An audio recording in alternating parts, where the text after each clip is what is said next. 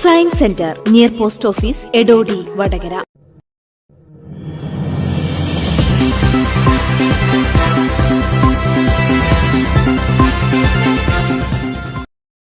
കൃഷിവകുപ്പും കാർഷിക കൂട്ടായ്മയും സംയുക്തമായി പതിയാരക്കര വലിയ പറമ്പത്ത് മുക്കിൽ സംഘടിപ്പിച്ച കാർഷിക ക്ലാസും സൗജന്യ നടീൽ വസ്തുക്കളുടെ വിതരണവും മണിയൂർ പഞ്ചായത്ത് പ്രസിഡന്റ് ടി.കെ. അഷറഫ് ഉദ്ഘാടനം ചെയ്തു. ചടങ്ങിൽ വാർഡ് മെമ്പർ പി. രജനി അധ്യക്ഷയായി.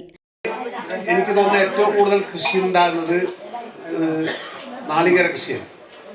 പക്ഷെ നാളികേര കൃഷി വലിയ രൂപത്തിൽ പുറകോട്ട് പോകാനുള്ള കാരണം എല്ലാവർക്കും അറിയാം.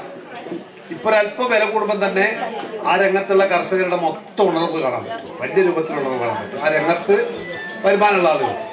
അപ്പോൾ വരുമാനം വളരെ പ്രധാനമാണ്. വരുമാനം മാത്രമല്ല, ഞാൻ നേരത്തെ പറഞ്ഞ ഗൾഫ് വിദ്യാഭ്യാസപരമായുള്ള പോക്കും. പണ്ട് കാലത്ത് ഇനിയിപ്പോൾ ഏറ്റവും അവസാനം പറഞ്ഞാൽ കല്യാണ ആലോചനക്ക് ആളുകൾ വരുമ്പോൾ പുല്ലൈരി, എൻ്റെ ഭാഗത്ത് പുല്ലൈരിയാണ് നോക്കുക. ഇവിടെ എന്താണെന്നൊക്കെ അറിയില്ല.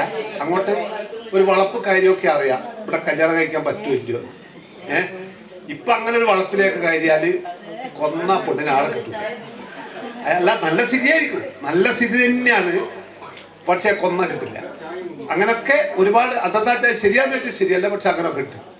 ഈ കാർഷിക രംഗത്ത് മാത്രം ഉറച്ചു നിൽക്കുന്ന നല്ല വിദ്യാഭ്യാസമുള്ള ഏറ്റവും ഉയർന്ന ആളുകൾ ഇപ്പോഴും മധ്യ കേരളത്തിലൊക്കെ ആളുകൾ ഉയർന്ന ജോലി കിട്ടിയാൽ സ്വീകരിക്കില്ല, കൃഷിയാണ് സ്വീകരിക്കുന്നത്. 10 ഏക്കർ അങ്ങനെ കൃഷി തന്നെയാണ് സ്വീകരിക്കുന്നത്.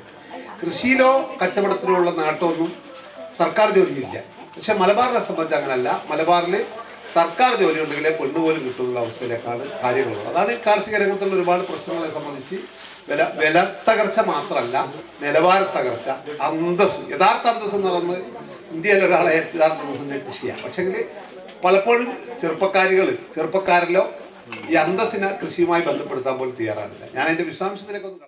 കാർഷിക കൂട്ടായ്മ സെക്രട്ടറി കെ. ബാലകൃഷ്ണൻ സ്വാഗതം പറഞ്ഞു.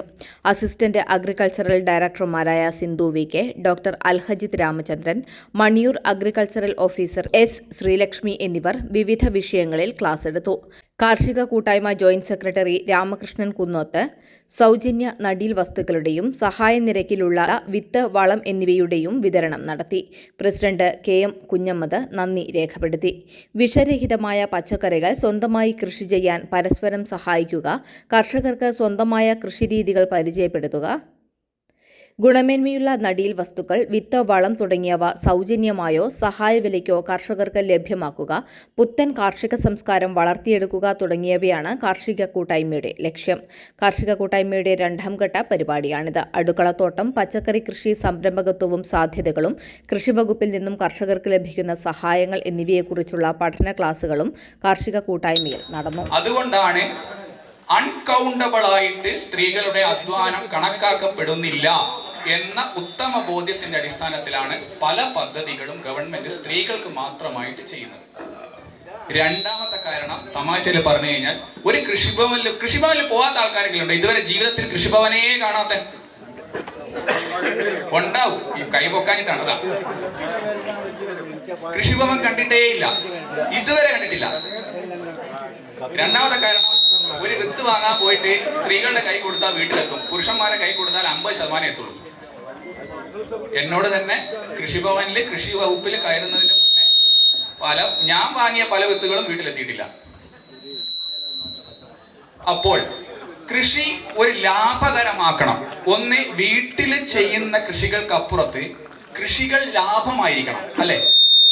ഇപ്പോ റിട്ടയർ ചെയ്യുന്ന ആൾക്കാരുണ്ട് എന്ന് പറഞ്ഞു, അവരെ സംബന്ധിച്ചിടത്തോളം കുറ്റം പറയല്ല. കേരളത്തിലെ കാർഷിക മേഖലയ്ക്ക് നിലവിൽ